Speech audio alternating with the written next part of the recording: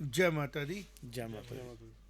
बड़े बच्चे फ़ोन कर रहे थे जो एस्पिरेंट्स हैं नायब तहसीलदार के कि हमारे साथ ये कैसा जुल्म हो रहा है कि हम लोग जम्मू कश्मीर में पढ़ लिख के ग्रेजुएशनें करके सर्टिफिकेट लेके पोस्ट ग्रेजुएशनें करके नौकरियों का इंतज़ार कर रहे हैं, और जब नौकरियां निकली उसमें नायब तहसीलदार की पोस्ट के लिए एक राइडर लगा दिया गया था, जिसके बारे में पहले से डिस्कशनें चल रही थी। एलजी साहब से भी रिक्वेस्ट की गई थी कि उर्दू का जो बैरियर है ये ना लगाएं।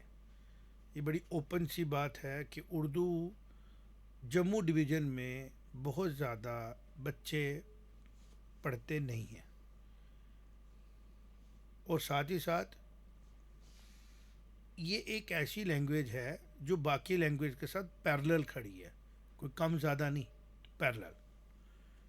तो जब बच्चों ने ये देखा, एस्पिरेंट्स ने देखा कि हम नायब तहसीलदार का एग्ज़ाम भी क्वालिफाई कर चुके हैं, बाकी सारे पैरामीटर हमारे पूरे हैं जम्मू डिवीज़न के बच्चों के, लेकिन चूंकि हमें उर्दू नहीं आता है तो हमारे को ये जॉब नहीं मिल रही है, तो देखने में ही समझ में आता है कि जम्मू कश्मीर के जो पॉलिटिकल हालात हैं उनको देखते हुए पहले ये गुहार लगाई गई एलजी साहब से, और एलजी साहब ने कमिटमेंट की कि मैं इसका पूरा ध्यान दूंगा, और आज एलओपी साहब ने भी उनको लिखा है।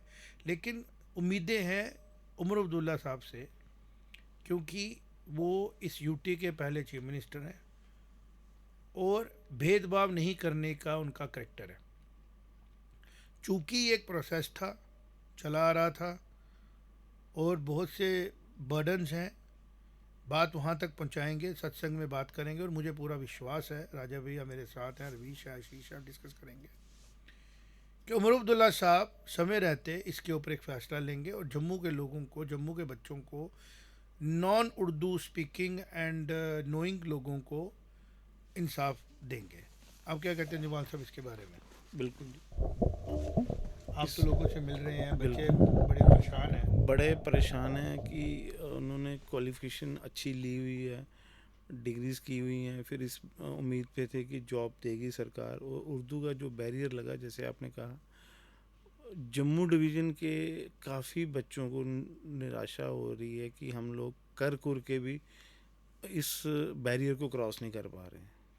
और मैं सरकार को ये भी एक अपील करूँगा आम आदमी की तरफ से, जैसे आम लोग परेशान हैं, जो बच्चे डिग्री करके निकलते हैं जिस भी सब्जेक्ट में, कम से कम 2 साल में 3 साल में कुछ ऐसा हो कि उसके रिलेटेड वो उनकी वो पोस्टें निकालें। अब वो वैसा होता नहीं है। बच्चा डिग्री किसी चीज़ की करता है। अब जैसे अब ये एग्ज़ाम आया, ठीक है, आपकी बात बिल्कुल दुरुस्त है, जम्मू डिवीज़न के मैक्सिमम बच्चे उर्दू नहीं जानते हैं, तो उनको बड़ी उम्मीदें थी कि हम ये करके गवर्नमेंट में आएंगे और लोगों का करेंगे, भलाई का काम करेंगे। लेकिन ये जो अब उमर साहब से और एलजी साहब से यही उम्मीद है कि इसको वो बैरियर को हटा दें। ये ताकत उमर साहब के पास है, चीफ बिल्कुल मिनिस्टर साहब के पास, सर्विस सिलेक्शन बोर्ड की सारी ताकत जो है वो उन्हीं चीफ के मिनिस्टर पास साहब है। के पास है।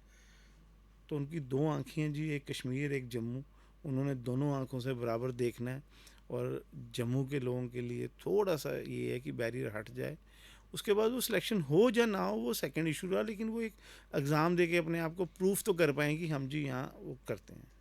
रवीश, मैं चाहूँगा कि आप इसके बारे में ना गवर्नमेंट का व्यू लें कि जब ये कमिटमेंट एलजी साहब कर चुके थे तो ये नोटिफिकेशन से पहले सीएम सीएम साहब ने या जो एसएसबी के हमारे रिस्पॉन्सिबल अधिकारी हैं उन्होंने इसके ऊपर कॉल क्यों नहीं ली और ये मुद्दा क्यों बनने दिया? जी देखिए, इसको हमें समझना पड़ेगा। ये कुछ हद तक ये जो चीज़ जाती है हमारे रीजनल डिवाइड में भी जा रही है, क्योंकि इससे एक पर्टिकुलर रीजन को फ़ायदा है। अगर हम जम्मू के भी 3-4 डिस्ट्रिक्ट्स की बात करें और कश्मीर पूरी वादी की बात करें, तो वहाँ की आबादी को फ़ायदा है कि कंपटीशन कम होगा। तो उमर अब्दुल्ला जो हैं वो एक बड़ी पिक्युलर पोजीशन में फंसने वाले हैं आने वाले दिनों में, कि जहाँ पर उनको वो जम्मू को जिस तरीके से उन्होंने हैंडल किया अभी तक, मंत्रिमंडल की बात करें या और उनके जिस तरीके से वो जम्मू में आ जा रहे हैं, वो जम्मू को साथ चलाने की बात कर रहे हैं। लेकिन ये उनका एक लिटमस टेस्ट होने वाला है। एक तरफ जो मुस्लिम मेजॉरिटी लोग हैं जो उर्दू जानते हैं, एक तरफ वो हैं, और एक तरफ जम्मू है, और वोट उनको उसी जनता ने दिया है जो उर्दू जानती है। तो ये एक बड़ी सिचुएशन टाइप बनने वाली है, जिसमें कि अब मुझे लग रहा है कि अपोजिशन पार्टीज जो जैसे है हम कहते हैं सिचुएशनल बेनिफिशियरी बनने वाले हैं साइलेंट ट्रैक के, कि भाई उर्दू क्योंकि रेवेन्यू डिपार्टमेंट है, वहाँ पे उर्दू में ज़्यादातर रिकॉर्ड है, तो एक हम इसमें कर नहीं सकते, तो एक सिचुएशनल बेनिफिशियरी है, इट इज़ नॉट प्लान्ड। तो आपका कहना है कि ये प्लानिंग तो नहीं हम कह सकते की गई होगी जानबूझ के, लेकिन ये इंटेंशनल इग्नोरेंस हो सकती है कि जो ये एसएसबी के अधिकारी हों, इनको ये पता है कि जम्मू के बच्चे जो हैं, और जम्मू वैसे भी एजुकेशन में अपने आप को मेंटेन कर रहा है, तो कश्मीर के बच्चे भी जो है वो कम्पीट जब करेंगे तो थोड़ा सा हल्का सा इसमें, अगर ये राइडर नहीं है, बहुत बड़ा राइडर है, क्योंकि बहुत बड़ी फिगर नहीं, 90% जो बच्चे क्वालिफाई डिसक्वालीफाई किए गए after qualifying the exam on the basis of merit पे नहीं किए गए, ऑन द बेसिस ऑफ कि उर्दू नहीं आता उनको। तो ये कुछ छोटी डिस्क्रिमिनेशन तो नहीं, और ये आप बिल्कुल ठीक कह रहे हो कि पॉलिटिकली एक लिटमस टेस्ट होने वाला है। आशीष तेरा क्या कहना है इसके मामले में? Thank you sir. एक तो मुझे ये लगता है जो आप कह रहे हो कि इंटेंशनल इग्नोरेंस है, ये एक बात समझ आने वाली बात है। उस लोअर लेवल ऑफिसर्स के ऊपर मैं कहूँगा ये जिन्होंने ये ड्राफ्ट की होगी, और सीएम साहब ऐसा सोचते नहीं होंगे, बड़े ही मतलब उनको हम देखते हैं कि उमरदुल्ला साहब जो हैं एक सीजनल पॉलिटिशियन है, एक सीजनल इंसान है, ऐसा उनकी में नहीं होगा। और दूसरी बात जो मुझे समझ आती है सर इसमें कि ठीक है आपने उर्दू रख ली, समझ आ गई बात, ठीक है आपका कहना, लेकिन मुझे ये समझ नहीं आती जो पिछले कई सालों में हम 3-4 सालों से हम सोच रहे हैं पोस्ट 370 की जो रेवेन्यू रिकॉर्ड्स है जी, करोड़ों रुपए लगा के आप उसको ट्रांसलेशन करवा रहे हो। क्यों राजीव भाई, ठीक है ना, हो रहा है ये कि नहीं हो रहा है? हिंदी इंग्लिश में ट्रांसलेट हो रहा है ना? डिजिटल में आपको तो फिर आपको उर्दू बैरियर क्यों रखना है आपको?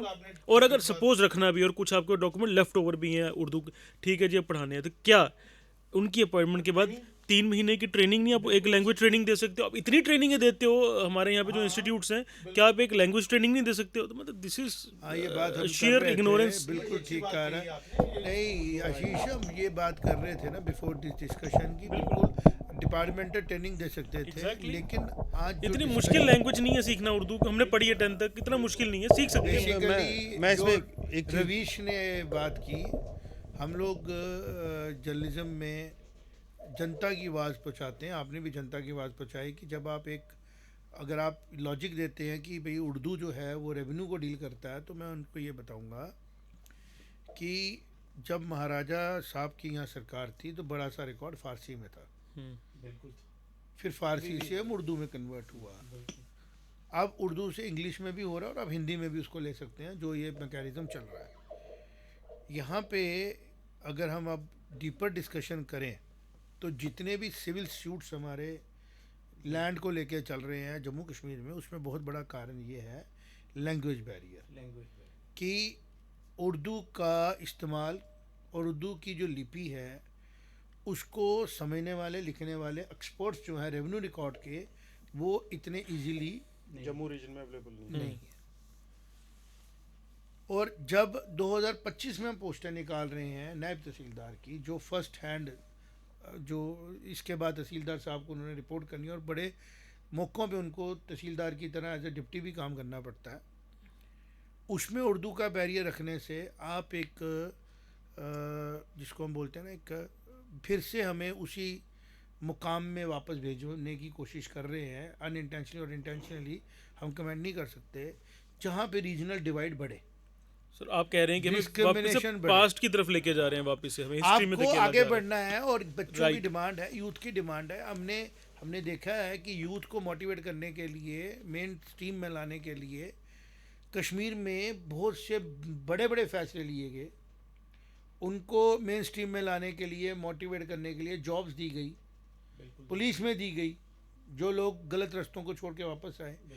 जो ये यूथ हमारा नायब तहसीलदार का एग्ज़ाम दे रहा है, ये तो ऑलरेडी सही रास्तों पे है, ये स्कूल से कॉलेज, कॉलेज से स्कूल, उसके बाद यूनिवर्सिटी पहुंच के पढ़ लिख के आ रहा है। अगर आपको लगता है कि नायब तहसीलदार को उर्दू की नॉलेज चाहिए, तो आप एक उर्दू का एक्सपर्ट की पोस्ट एक और क्रिएट करो, जो रेवेन्यू की ट्रेनिंग लेके आया हो, और स्पेशली ट्रेनिंग ही रेवेन्यू की ली हो, जिस तरह रवीश आशीष ने डिस्कशन में काम कह रहे थे, और उसको आप एज एन असिस्टेंट जो है पटवारी के साथ भी रखें, बिकॉज बड़ी जगहों पे हमने देखा है कि पटवारी भी जो है वो ग्राउंड पे उर्दू की बात नॉलेज उतनी उसको नहीं है, क्योंकि ये 10वीं पास पोस्ट है, और 10th में जो उर्दू पढ़ा होता है, लिखा होता है, वो इतना वो अंडरस्टैंड करना लिखना इतना मुश्किल आसान होता है नहीं उसके होता है, बिकॉज रेवेन्यू जो है ना, इसी वजह से हम लोगों के केसेस में ये बड़ा मसला है।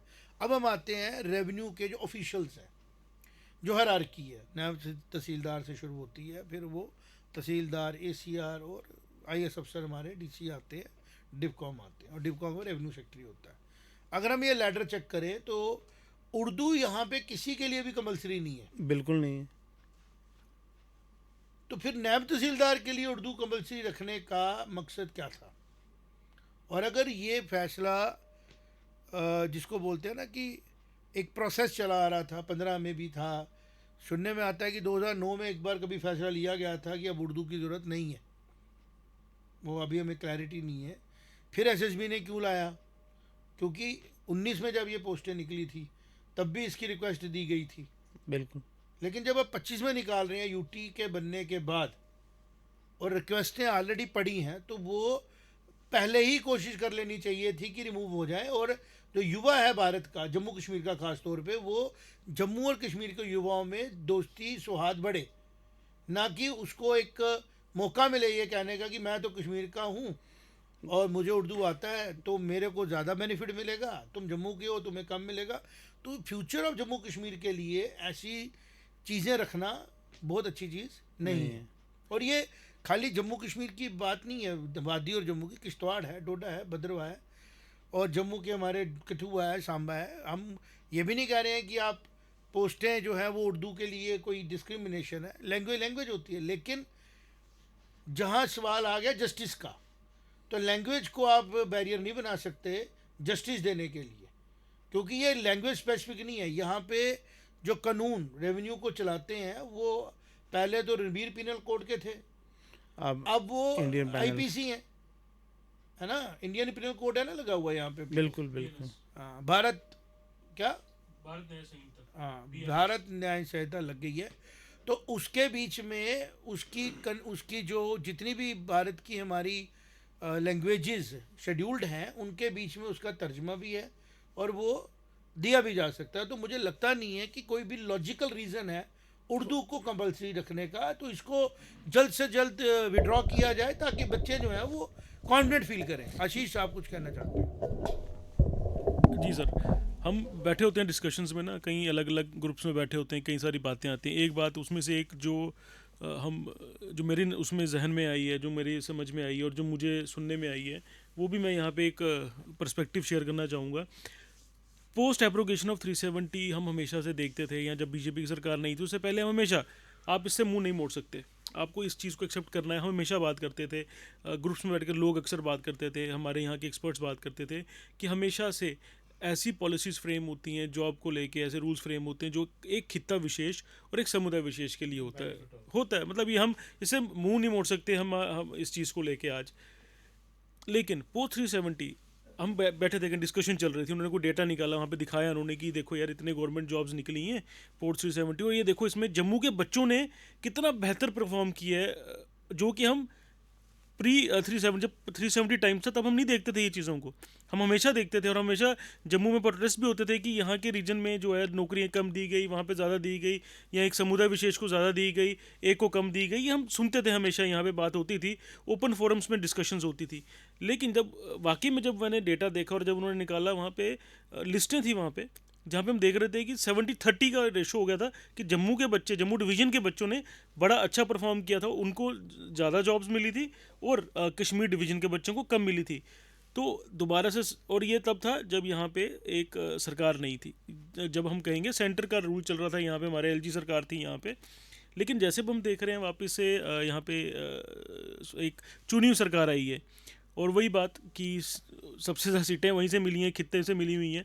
तो क्या हम ये उस दस्तक, ये वही चीज़ की दस्तक दोबारा से तो नहीं हमारे यहाँ पे आ रही है? बिल्कुल ठीक कह रहे हो, जो रवीश ने पिन पॉइंट किया ना लिटमस टेस्ट के बारे में, वो सच है।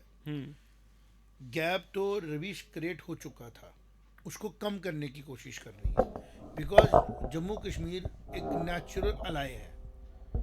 कश्मीर के एक्सट्रीम वेदर को रेस्क्यू करने के लिए जम्मू की ज़रूरत है, और जम्मू की प्रॉस्पेरिटी के लिए कश्मीर की ज़रूरत है, और लद्दाख भी इसके साथ हमारे साथ नेचुरल आई ही, हम इसको मानते हैं। अब ये जो चीज़ें हो जाती हैं ना, उसको सुधारने का टाइम है। तो इससे पहले कि युवा डिसहार्टन हो, दुखी हो, और वो ये फील करे कि हम क्यों कश्मीर के साथ हैं, और वो उमरदुल्ला साहब को ये महसूस ही नहीं करे कि हमारे भी चीफ मिनिस्टर हैं, उससे पहले स्टेप ले लेना चाहिए और इस ऑर्डर को विड्रॉ करके डिस्क्रिमिनेशन खत्म कर देना। इसके अलावा मैं एक और चीज़ की तरफ आपका ध्यान लेके जाना चाहूँगा कि पोस्ट एब्रोगेशन ऑफ 370 2021 के आसपास एक कंपनी को लाया गया, रामटेक सॉल्यूशंस प्राइवेट लिमिटेड करके कंपनी आई। उसको बोला गया आपने जी एक तो GIS मैप्स बनाने हैं हर सिटी पूरे J&K के, और आपने सारे रिकॉर्ड डिजिटाइज करने हैं। हमने देखा कि काफ़ी हद तक कुछ इलाकों के डिजिटाइज हुए, लेकिन वो कंपनी आधे में छोड़ के काम चली गई। इसके बाद जो ये काम में जो लैप्सेस हुए, क्योंकि ये काम जो था बड़ी फास्ट फुटिंग पे और सेंटर की ग्रांट लेके काफ़ी चीज़ें इसमें इन्वॉल्व थी, इसको काफ़ी 3-1 साल का टारगेट टाइम था कि 3 साल में हो जाएगा ये पूरा। लेकिन आज की डेट में मैं देख रहा था, अभी चेक कर रहा था कि मार्च में भी जो FCR है उन्होंने मीटिंग्स ली हैं कि हम करेंगे, लेकिन हुआ नहीं है। ये सबसे क्रिटिकल चीज़ है कि आपने जो लैंड रिकॉर्ड से AI का ज़माना है, आज की टाइम पे तो कुछ भी चीज़ इम्पॉसिबल है नहीं, सब कुछ हो रहा है, और ये ट्रांसलेशंस तो बड़ी छोटी छोटी चीज़ें हैं आज के ज़माने में। तो ये जो आपने डिजिटाइज़ करना है लैंड रिकॉर्ड, लट्ठा, मुसाबी, सारी चीज़ें, ये हम कर सकते हैं। एज ए टेक्निकल पर्सन मैं ये जानता हूँ कि ये बहुत हद तक पॉसिबल है, बहुत आसान है। जम्मू शहर में काफ़ी इलाके का काम हो चुका है कि जहाँ पर आप गूगल मैप जैसे नक्शे में वो लट्ठा देख सकते हो और अपना लैंड आइडेंटिफाई कर सकते हैं। जब वो सिचुएशन आ जाती है तो नायब तहसीलदार भी ऑब्वियसली उसी प्लेटफॉर्म पे काम करेगा, जो कि लैंग्वेज इंडिपेंडेंट है। आप उसमें अपनी लैंग्वेज चूज़ करेंगे, वो वही वाली लैंग्वेज दिखाएगा। तो इस बारे में भी सरकार को ध्यान देना चाहिए कि ये कौन लोग हैं जिन्होंने ये डिले करवाया है। ये कंपनी ने डिले किया है या कोई एक ऐसा तंत्र चल रहा है हमारे राज्य में जो ये होने नहीं देना चाह रही है। ये बात तो बिल्कुल, देखो दिल्ली जिसको बोलते हैं delays are not taken seriously. मैंने हमेशा कहा है कि टाइम का वेस्टेज और मनी का वेस्टेज बराबर नहीं है। मनी वेस्ट करके फिर वापस आ सकती है, टाइम वेस्ट करके वापस नहीं आता। तो जम्मू कश्मीर के लोगों को, जम्मू कश्मीर की सरकार को और जम्मू कश्मीर के सरकारी तंत्र को ये समझना है कि जम्मू कश्मीर ऑलरेडी 75 साल से पिछड़ा हुआ है। अब इसको बहुत तेज़ चलाना पड़ेगा, आगे इसको डे एंड नाइट काम करना पड़ेगा, फिर जाके जम्मू कश्मीर बाकी देश की बाकी जनता के साथ पेस अपनी मेंटेन करेगा। और बजाय इसके कि तेज़ किया जाए, कॉन्फ्लिक्ट्स बनाए जाएँ। तो पहला कॉन्फ्लिक्ट जो आज बना, अभी ये रूम डिस्कशन है, इससे पहले कि एजिटेशन बन जाए और उमर अब्दुल्ला साहब के 2 लिटमस टेस्ट शुरू हो जाए। एक कश्मीर में कि तूने यार उर्दू बंद कर दी, PDP वाले नहीं उर्दू बंद कर दी, तूने उर्दू का ऑर्डर विड्रा कर लिया, तो जम्मू को सेंटर कर रहा है, और जम्मू वाले बोले कि जनाब आपने उर्दू रखा, आप हमें सपोर्ट नहीं करते हो। तो इंसाफ में उनको खड़े होना है। मैं उनको रिक्वेस्ट करूँगा, उमर अब्दुल्ला साहब आपसे बड़ी उम्मीदें हैं, युवा हैं, आपकी सोच नहीं है, आपकी बात में और आपकी लैंग्वेज में बहुत क्लैरिटी है। अगर आपके सबॉर्डिनेट ऑफिस ने एक रूटीन फॉलो की है जिसके अंदर नायब तहसीलदार की पोस्ट के लिए उर्दू कंपलसरी होती थी, हो गया ऑर्डर। आज हम अर्थ न्यूज़ से बात कर रहे हैं, चर्चाएं हो रही हैं, सोशल मीडिया का ज़माना है, आप तक ये बात पहुंच चुकी होगी कि इससे जम्मू कश्मीर का युवा जो है वो दुखी हो रहा है, जम्मू का खास तौर पे। या जम्मू कश्मीर कहाँ बोलेंगे, कश्मीर में भी बड़े हो सकते हैं जिन्हें उर्दू नहीं पढ़ी है या उर्दू नहीं आती है। तो आप इस चीज़ पे इमीडिएट कॉल लें और एक उम्मीद जो बच्चों के मन में आपको लेके है उसके ऊपर खरा उतरे, इंसाफ करें। और यही रिक्वेस्ट हमारी अर्थ न्यूज़ की टीम की तरफ से होगी कि नायब तहसीलदार की पोस्टों के लिए जो उर्दू कंपलसरी आपने रखी है इसको इमीडिएटली विड्रॉ करें और री नोटिफाई करें और इंसाफ करें बच्चों के साथ। जो मेरिटोरियस बच्चा हो, जिस भी रिजर्वेशन के साथ वो आए, उसको जॉब मिले, वो अच्छी तरह रेवेन्यू डिपार्टमेंट में काम करे, और जो कुरीतियाँ रेवेन्यू डिपार्टमेंट की हैं वो ठीक करने की तरफ आपका ध्यान जाना चाहिए। जो बहुत बड़ी प्रॉब्लम है कि लैंड की इंटरप्रटेशंस, और दूसरी बात आपके पास बहुत अच्छे काबिल लॉयर्स हैं, अगले शो में हम उनका नाम भी लेंगे, जो रेवेन्यू के एक्सपर्ट्स हैं, उनको एडवाइज़र अपॉइंट किया जाए रेवेन्यू सेक्रेटरी के साथ, ताकि रेवेन्यू सेक्रेटरी जो है वो अपनी एफिशिएंसी को और बढ़ा सके। क्योंकि जब वो केसेस जाते हैं कोर्ट्स में तो कोर्ट से रिलीफ मिलता है, तब तक डेवलपमेंट स्टॉल होती है। जो इंडस्ट्रियल पॉलिसी लाई गई उसमें बहुत बड़ा रीज़न हुआ थोड़ा बैकफुट पे जाने का कि लैंड्स रिकॉर्ड जो है हमारे वो सीधे नहीं है, सिविल सूट्स हैं, भाइयों में झगड़े हैं, उसमें क्या डिविजन्स नहीं हुई हैं, नक्शे प्रॉपर नहीं मिलते हैं। तो आप अगर उसको स्ट्रीमलाइन कर लें, जो भारत के अंदर जो जम्मू कश्मीर का लैंड बैंक है, ये जम्मू की बहुत बड़ी रिसोर्स है, माइनिंग में भी इसकी ज़रूरत है, किस्मों में भी प्रॉब्लम है। तो उसके बीच में अगर आपकी नायब तहसीलदार की पोस्टें डिले भी नहीं करनी है, क्योंकि उनकी पोस्टों से भी काम जो रुकता है, रिक्वायरमेंट है, तो आप जल्दी से जल्दी इनको फिलअप करें और उर्दू का बैरियर से इसको डिले मत होने दें। तो फिर जो रेवेन्यू की प्रॉब्लम है सॉल्व हो, और जो इंडस्ट्रियल पॉलिसी डिले हुई अगर वो दोबारा आती है तो वो मल्टीपल टाइम्स ज़्यादा इफेक्टिवली इम्प्लीमेंट की जाए और जम्मू कश्मीर में रोज़गार आए, और जो आपका भी सपना है नया जम्मू कश्मीर को लेके वो भी आप पूरा कर सकें। तो अर्थ न्यूज़ में हम अपील करते हैं, रिक्वेस्ट करते हैं कि जो उर्दू का आपने नोटिफिकेशन निकाला है ये इमीडिएटली आप विड्रॉ करें और जम्मू कश्मीर के युवाओं को न्याय दें। धन्यवाद। जय माता दी। जय माता दी।